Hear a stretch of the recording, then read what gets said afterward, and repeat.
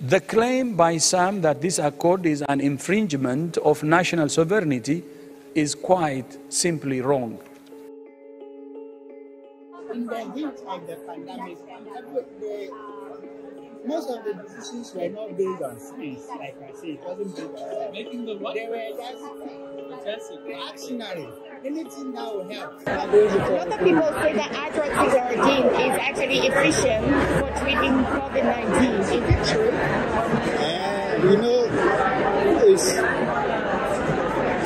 In the initial instances, there are some physicians who are promoting it because they have evidence that it worked for them.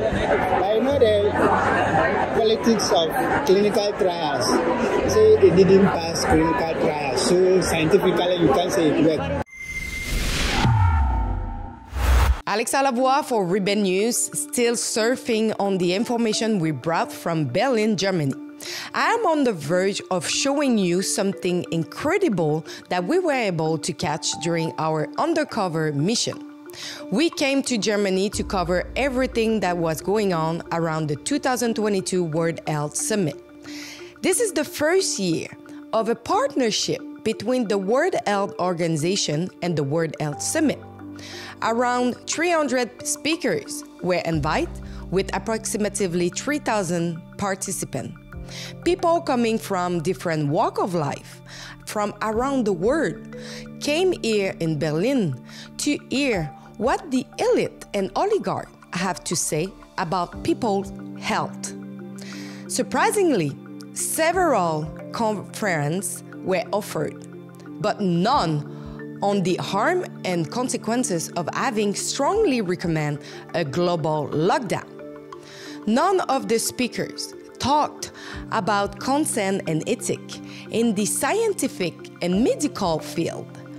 Many of the topics discussed were mostly a mix of science and politics.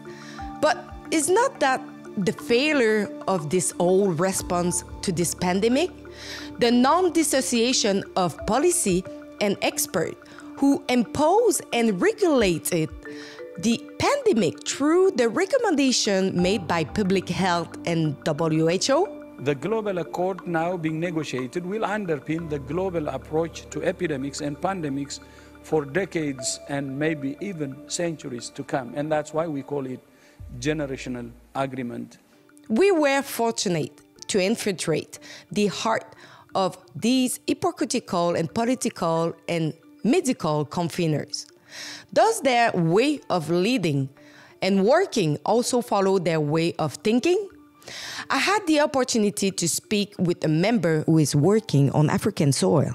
He is part of the German West African Center for Global Health and Pandemic Prevention. So, for the sake of understanding, we subtitled the conversation.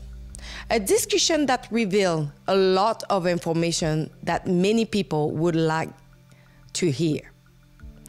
Policy decisions that do not rely on science to contain thousands of people. The reason why it was urgent to create a new vaccine instead of taking a drug which already exists to treat the disease, and much more. For the legal side, we have hide the identity of the person. Look carefully. In the heat of the pandemic, most of the decisions were not based on science, like I said. It wasn't based on science. Making the what? They were just reactionary. Anything that will help. Now, the benefit of hindsight, we can tell that some of those decisions is not backed by science. The vaccines do not stop the spread of the disease. But now we know. First, nobody knew. So it was political, yes. But we think it helped in flattening the curve as well. And these travel bans, be it international travel or local travel, when we came to Africa, movement between two villages was not possible during the heat of the pandemic. So that was a decision had to be made, though we didn't know the scientific basis of those decisions. But people had to comply and think it worked. But now, with the benefit of hindsight, a lot of the things that happened during COVID wouldn't happen from what we know now. people are much more prepared than we were before. Should the company should be still immune from being sued? Immunity from being sued, yes, because I am sure nobody had the luxury of time to fully go through a rigorous scientific process. A lot of the time, maybe multinationals always have a business mentality.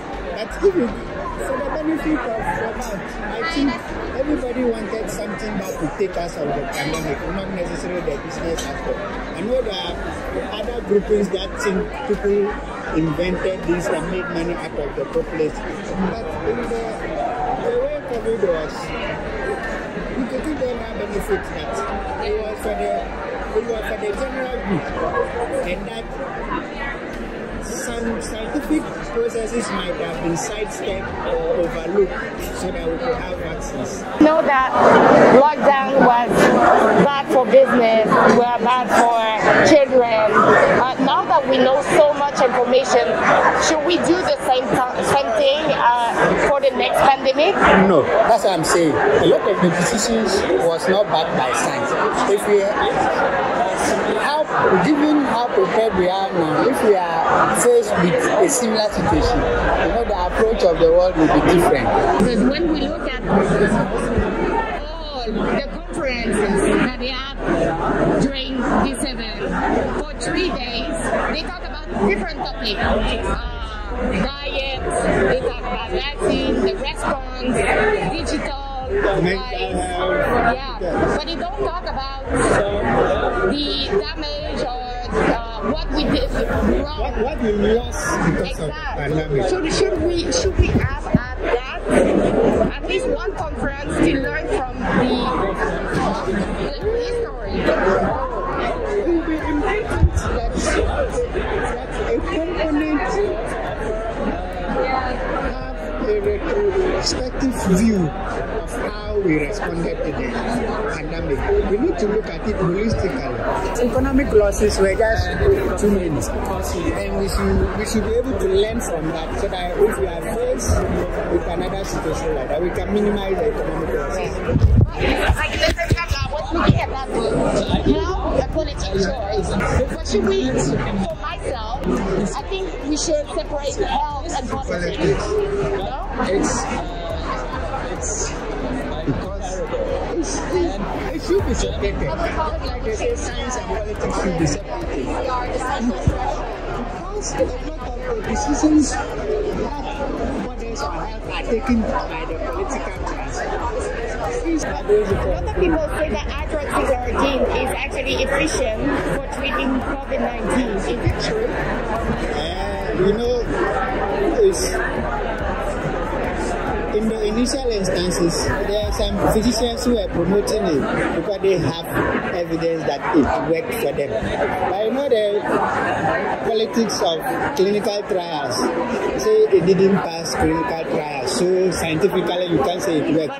These big pharma, the multinational pharmaceutical companies, who want something as easy as hydroxychloroquine. Do you think it's because they were not making money from hydroxychloroquine? They won't make money like if they have to produce vaccines. What I thought. Yeah, if they have to produce vaccines, no money.